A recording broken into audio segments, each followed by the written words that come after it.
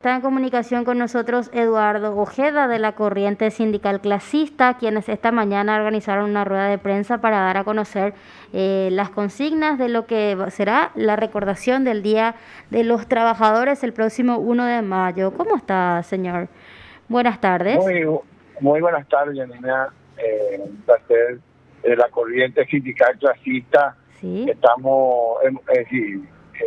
hemos llevado y a esta altura ya estamos culminando toda una tarea previa a lo que es el 1 de mayo, Día Internacional de la Clase Obrera y de los Trabajadores a nivel mundial. 135 años de aquella gesta, esa gesta muy importante que siempre vamos a recordar a los mártires, vamos a conmemorar a los mártires de Chicago, donde dejaron un precedente de conquista muy importante, que es las 8 horas laborales. Dentro de ese contexto internacional, dentro de ese contexto de lucha y de conmemoración, la Corriente Sindical Clasista, hoy desarrollamos toda una información de lo que va a ser las actividades del 1 de mayo. El 1 de mayo nos sorprende nunca va a ser más un 1 de mayo igual a que vamos a pasar este 1 de mayo. Y por eso queremos marcar bien claro en nuestra posición política. Nosotros una vez más levantamos la consigna y vamos a levantar el 1 de mayo fuera los politiqueros y entreguistas. ¿Por qué decimos y levantamos esto? Por la situación que se encuentra el país. Sí. Catastrófico, el llanto, desesperación en la familia paraguaya y principalmente en la familia pobre, trabajadora, desocupada. Hoy se tiene que enfrentar esta pandemia abandonado por sus autoridades, por el Estado. En su mayoría mueren por casi 6.000 muertos estamos teniendo, y casi 6.000 muertos por COVID podría haber sido menos si tuviésemos autoridades que realmente respondan a los intereses de la mayoría. Entonces, 1 de mayo frente al Panteón de los Héroes, 1 de mayo vamos a hacer a partir de las 7:30 horas una serenata a los trabajadores. A las 8 de la mañana estaríamos ya empezando el debate que va a durar hasta las 9:15 más o menos, y estaríamos arrancando a esa hora, 9:15, una marcha que podríamos llamarle una marcha simbólica, combativa, alrededor del Panteón, y culminar con un acto central en el mismo lugar, que está previsto a las 9 de la mañana. La presencia de los compañeros dirigentes de la Federación Nacional Campesina, que van a estar uso de la palabra en el acto central, y un compañero de la Corriente Sindical Clasista. Las denuncias son muy importantes para nosotros, que vamos a ir colocando también, aparte de los abandonos en los hospitales a los compatriotas, también la situación del IPS.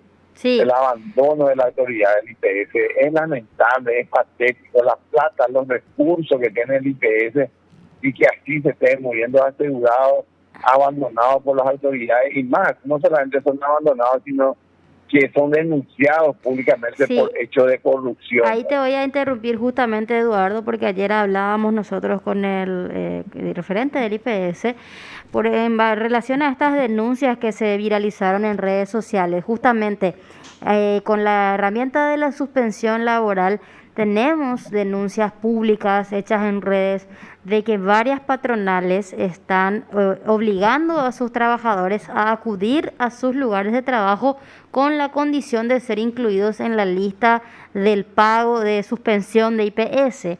¿Ustedes están al tanto de eso? Y como nucleación, ¿están llevando a cabo alguna denuncia, algún acompañamiento a estos trabajadores? ¿Los tienen individualizados, Eduardo?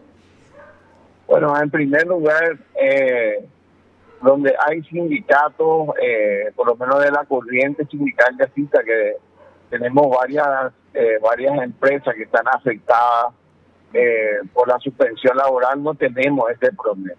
Estas empresas, estamos hablando de empresas muy importantes que tienen 300, 400 trabajadores, y estas empresas no tuvieron esa política.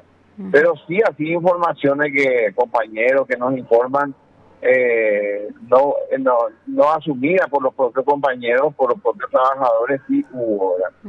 Pero el problema era que este tema es muy serio. Uno no, si no tiene una asunción de los afectados, es muy difícil empujar la denuncia. Pero sí, lo que nosotros cuestionamos al IPS y al Ministerio del Trabajo por su abierta impunidad a estos empresarios. Sí. ¿Por qué decimos impunidad? Porque se viene arrastrando. La evasión del Instituto al Instituto de Previsión Social es abierto. No hay una política clara, abierta del IPS y del Ministerio de Fiscalización a las empresas y con las sanciones suficientes para que se pueda revertir eso. Un ejemplo le voy a dar: la empresa azucarera Guanambaré. Esta empresa aproximadamente casi a 200 trabajadores, más de 10 años cobró el IPS a sus trabajadores y jamás pagó al IPS. Eso nosotros denunciamos al IPS y denunciamos a la Fiscalía de Guanambaré. Hasta ahora estos dueños, estos propietarios de la azucarera de Guanambaré no están en la cárcel. Justamente hay una institucionalidad, lo de la corrupción. El Estado está secuestrado por estos corruptos, por estos empresarios corruptos. Entonces, esta es la realidad, porque el IPS y tanto el Ministerio del Trabajo estaban obligados ellos de ir a fiscalizar las instituciones, las empresas, quienes comunicaron las suspensiones, ¿verdad? El Ministerio del Trabajo, por ley, está obligado a hacer eso. ¿Cómo que 6.000 empresas van a evadir, van a obligar a sus trabajadores, como en la época de Mensú, en la época de una situación esclavizante, llevarlo, vos tenés que venir a trabajar si no te echo, ¿verdad? Sí. Esa era la realidad. Sí. Y el Ministerio del Trabajo, a 6.000 empresas no hicieron luego la política de fiscalización, de seguimiento a estas empresas, y esa es la demostración de este gobierno, la demostración de la corrupción que hay. Y justamente nosotros así comentando acá en Mesa de Trabajo de que muchos empleados se rehúsan inclusive a denunciar porque no tienen respuesta de parte del Ministerio del Trabajo, y pasan los días y ni siquiera se le llaman los patrones. Entonces tienen que realizar sus denuncias ya de forma civil, de forma particular. Y eso alarga, se pierde dinero, se pierde tiempo. Entonces el trabajador muchas veces opta por callarse y aguantar o simplemente dejar pasar. Entonces ahí nos evidencia una total ineptitud de nuestras autoridades, de nuestras instituciones, Eduardo. ¿Y qué solución ustedes plantean ante eso? Nosotros creemos que el IPS no puede dejar impune esto, eso la anda a amenazar y decir que van a sacar listas. Ya la demostración, la complicidad del IPS está obligado a esclarecer esto, y las instituciones del Estado castigar a los responsables de estas empresas que llevaron adelante una estafa al Estado, una estafa a los trabajadores, una estafa para los asegurados del IPS. Y esto debe esclarecerse, no hay que especulen. El IPS ya tenía que haber accionado judicialmente contra estas empresas, no dejar acá a luz y especular.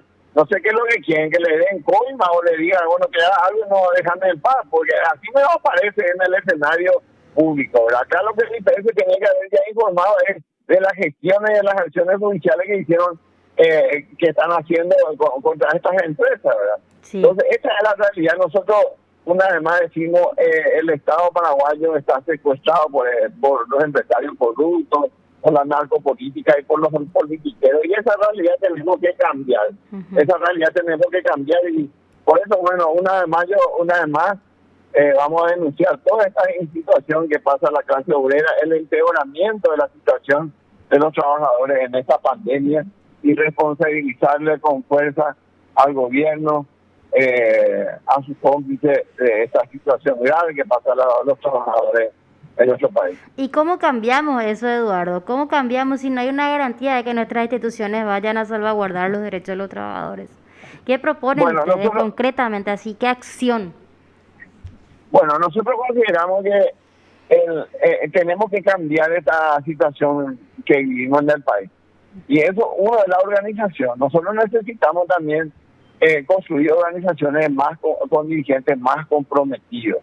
con dirigentes honestos, coherentes, que ganen la confianza de la gente, de la población, de los trabajadores, a fin de que la organización tenga la representatividad suficiente y cambiar la correlación de fuerza.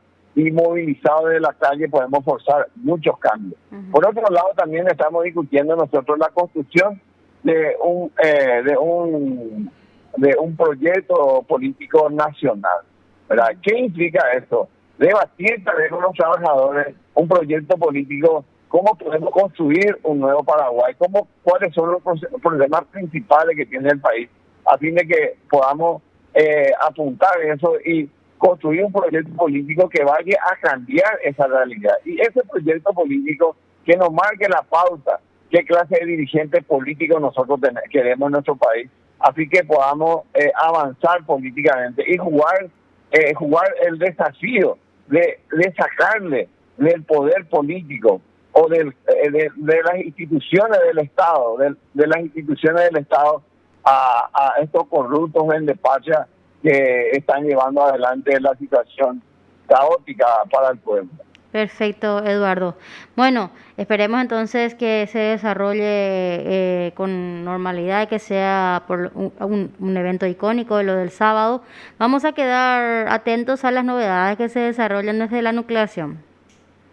Bueno, muchas gracias y una vez más convocamos a los trabajadores a la lucha, a la movilización este 1 de mayo, Día Internacional de la Clase Obrera y los Trabajadores de la Corriente Sindical Clasista. Muchas gracias. Perfecto, gracias.